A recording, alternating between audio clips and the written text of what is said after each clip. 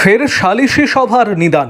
প্রেমঘটিত কারণে এক যুগলের মাথার চুল কেটে ন্যাড়া করে দেওয়ার অভিযোগ উঠল গ্রামেরই কিছু মানুষের বিরুদ্ধে। মাথার চুল কেটে বেঁধে রাখার ভিডিও ভাইরাল। ঘটনাটি ঘটেছে উত্তর দিনাজপুর জেলার ইসলামপুর থানার রুইয়া এলাকায়। জানা গিয়েছে, ইসলামপুর ব্লকের ইসলামপুর গ্রাম পঞ্চায়েতের রুইয়া আদিবাসী গ্রামের এক বিবাহিত মহিলা গ্রামেরই এক যুবকের সাথে ভালোবাসা করে পালিয়ে যায়। এরপর গ্রামবাসীরা তাদের ধরে গ্রামে নিয়ে আসে। গ্রাম্য সভায় তাদের চুল কেটে ন্যাড়া করে দেওয়ার সিদ্ধান্ত নেওয়া হয়। সিদ্ধান্তের পর ওই যুগলের মাথার চুল কেটে ন্যাড়া করে বেঁধে রাখা হয়। এই ঘটনার একটি ভিডিও ভাইরাল হতেই এলাকা জুড়ে নিন্দার ঝড় উঠতে শুরু করেছে। অন্যদিকে এই ধরনের ঘটনা যদি ঘটে থাকে তাহলে আইনি ব্যবস্থা গ্রহণ করা হবে বলে ইসলামপুর পুলিশ জেলার পুলিশ সূত্রে জানা গিয়েছে। আমি ইসলামপুর জিপি মেম্বার আছি। কি নাম আপনার? আমার নাম এমডি নাফিস আলম। বলছি, আপনার যে সংসদ এরিয়া রয়েছে সেখানে একটা ভিডিও ভাইরাল হয়েছে। দেখা যাচ্ছে একজন আদিবাসী মহিলা একজন যুবককে টাকলা করে দিয়েছে। হ্যাঁ, টাকলা করে দিয়েছে। মোটামুটি 4 দিন হলো। ওই মহিলাটার 4 জন বাচ্চা আছে। ওনার স্বামীর নাম হলো সুনিরাম বেসরা, আর মহিলাটার নাম হলো রাজমণি সুরেন। তো ওই ছেলের সঙ্গে কোনো অবৈধ সম্পর্ক ছিল। তো সেদিন ওনার কিন্তু অবৈধ সম্পর্ক করার সময় ওনার ধরা পড়েছিল। তো উনি ভয়ে ওই ছেলেকে নিয়ে পালিয়ে চলে গেছিলো বিহারে। তো ওরা আদিবাসীগুলো ওখান থেকে ছেলেটাকে আর মেয়েকে দুজনকে উদ্ধার করে নিয়ে এসছে কালকে। আনার পরে ওনাকে রেখেছিল বাঁধে। তো আমি সন্ধ্যাবেলায় গেলাম, আমি বানটান খোলা দিলাম। আমি বললাম যে এদের কোনো ব্যবস্থা নিতে হলে বলেন, আমি আছি। তো বলছেন না, তোমাদেরকে ব্যবস্থা নিতে হবে না, আমাদের যে আদিবাসী সমাজ আছে ওই হিসাবে আমরা বিচার করে নেব। মানে সালিসি সবার জন্য কি ঘটনা? হ্যাঁ, সালিশ না, ঘটনা কিছু না। এখন ছেলে মেয়েকে নিয়ে পালিয়ে গেছিলো, মেয়ে ওখান থেকে উদ্ধার করে নিয়ে এসছে। এখন 4 জন বাচ্চা আছে। ওরা কি ভয়ে পালাই গেছিল এখান থেকে? আপনি যে বললেন যে হয়তো আমরা অবৈধ কাজ। টাকলা কে করলো? টাকলা ওখানে গ্রামবাসীরা, আদিবাসী যারা সমাজ আছে ওরা মিলে 2 জনকে টাকলা করে দিয়েছিল, যেন আর ভবিষ্যতে এরকম কেউ গ্রামে কাজ না করে। একটা বিবাহিত মহিলা এভাবে একটা সমাজটাকে খারাপ করলো, যেন আর কেউ এরকম সমাজকে খারাপ না করে।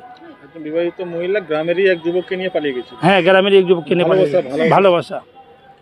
মানে আদিবাসী সমাজ শাস্তি দিতে ওই না, শাস্তি দেওয়া হয়নি। ওদের মধ্যে একটা ওদের আদিবাসী তো ওরা আমাদের সমাজ মানে না। ওদের মধ্যে একটা মাঝি আরাম থাকে, যে গ্রামের যে যেরকম মোড়ল সর্দার বলি আমরা, তো ওদের মাঝি আরাম থাকে। মাঝি আরাম যে কথাটা বলবে সবাইকে মেনে নিতে হবে। আর ওরা আমাদের কথা শুনবে না। ওরা নিজেদের মধ্যে সালিসি করে নেয়, আর যা হয় সালিসি ভালোই করে ওরা। আপনি তো গ্রামের পঞ্চায়েত সদস্য মেম্বার, কি বলবেন এই যে ঘটনাটা ঘটলো? এটা কি করা উচিত? না, এটা করা উচিত ছিল না। ওর জন্য আমি কালকে ওনাকে 2 জনকে ছড়াই দিয়েছি। ওনাকে খাওয়া দাওয়ার ব্যবস্থা করাই দিলাম, যে তুমি যদি না হও তো ছেলের বাড়িতে পাঠিয়ে দাও, ওরা ওখানেই থাকবে, ওর আর মারডাং কেউ করবেন না। তো মারডাং করা হয়নি। আর ও 2-4 থাপ্পড় রাগের চোটে ওনার স্বামী মেরেছিল, যে আমি তোমাকে কী চিজের দিয়েছিলাম যে তুমি আমাকে ছেড়ে চলে গেলা, আমার বাচ্চাগুলোকে কে দেখবে। কিন্তু একটা মহিলা এটা খারাপ করেছে। তো এটা আমি যাই বললাম ওনাকে, তো কথাটা ওনারা শুনলো না। ওদের আদিবাসী তো, ওদের সঙ্গে বেশি কথা বলাটা ঠিক না। বেশি বললে সবাই আমাদের উপরে লাফাই যাবে আবার। ওদের গ্রামের সালিসি সভা থেকে এটা হয়েছে? হ্যাঁ, ওদের গ্রামে সভা হয়েছিল। সালিসি সভা হয়নি, ওরা নিয়ে আসার পর কিছু কিছু গ্রামবাসীরাই করেছে ওই কাজটা। সালিসি সভা এখন বসেছে না, তাহলে ওরা তো সিদ্ধান্ত নিয়েছে। তো এখন সিদ্ধান্ত আবার চলছে। এখন বিচারে বসেছে, আমাকে বললো। তো আমি বললাম যে আমি তো ওদের কথাও বুঝতে পারি না, ওরা নিজের ভাষায় কথা বলে। তা আমাদেরকে তো মেম্বারকে গুরুত্ব দেয় না। ওদের যে মাঝি হারাম থাকে গ্রামে, তাকেই গুরুত্ব বেশি দেয় ওরা। মাঝি হারাম বলতে মোড়ল। এটা কোন গ্রাম দাদা? ইসলামপুর গ্রাম পঞ্চায়েতের মধ্যে পড়ে। এটাকে বলে রুইয়া সাঁওতালপাড়া। আমরা যেহেতু সংগঠনের নেতৃত্ব দেই ইসলামপুর ব্লক এবং উত্তর দিনাজপুরে, তো যেই ঘটনাটা ঘটছে আমরা প্রশাসনের মাধ্যম দিয়ে জানতে পারলাম। ওখানকার বাসিন্দা কেউ আমাদেরকে জানায়ও নাই বিষয়টা। প্রশাসনের মাধ্যমে আজকে আমরা জানতে পারি যে রুইয়া নামে যে জায়গাটা ইসলামপুর পঞ্চায়েতে পড়ে, তো রুইয়া নামে জায়গার নাম রুইয়া। সেই জায়গায় কোনো এক ছেলে এবং কোনো এক মেয়ে, আদিবাসী মেয়ে আদিবাসী ছেলে, ওরা স্বামী স্ত্রী বা সংসার করবে দেখে ওরা পালাই যায়। তো ওদেরকে রিকভার করে নিয়ে আসে গ্রামের লোকজনে আনে। গ্রামে একটা সালিসি সভা করে ওরা।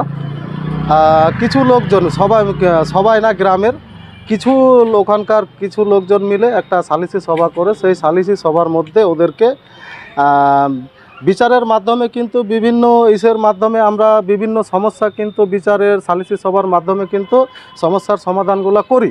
কিন্তু এই প্রথম আমরা জানতে পারলাম আদিবাসী সমাজে যে কোনো সালিসি সভায় যে ছেলে এবং মেয়েদেরকে এইভাবে নেড়ে করে দেওয়া হয়, টাকলু করে দেওয়া হয়, এটা সমাজের বাইরে এবং সংগঠনও এটা মানে নেবে না বা সমাজও এটাকে মানে নেবে না। কারণ বিচার অনেক ধরনেরই আছে সমাজে।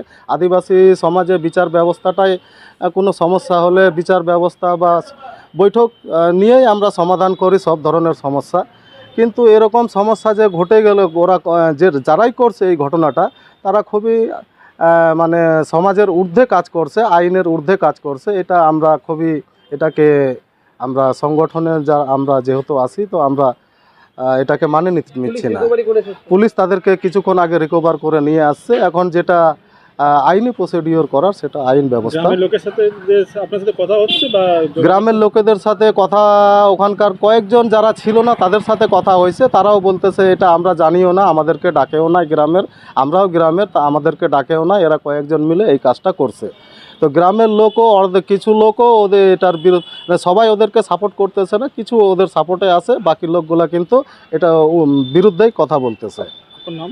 আমার নাম জেসকেল হাসদা, দায়িত্বে আছেন আপনি? ইসলামপুর ব্লক সেক্রেটারি, আদিবাসী জমি রক্ষা কমিটি।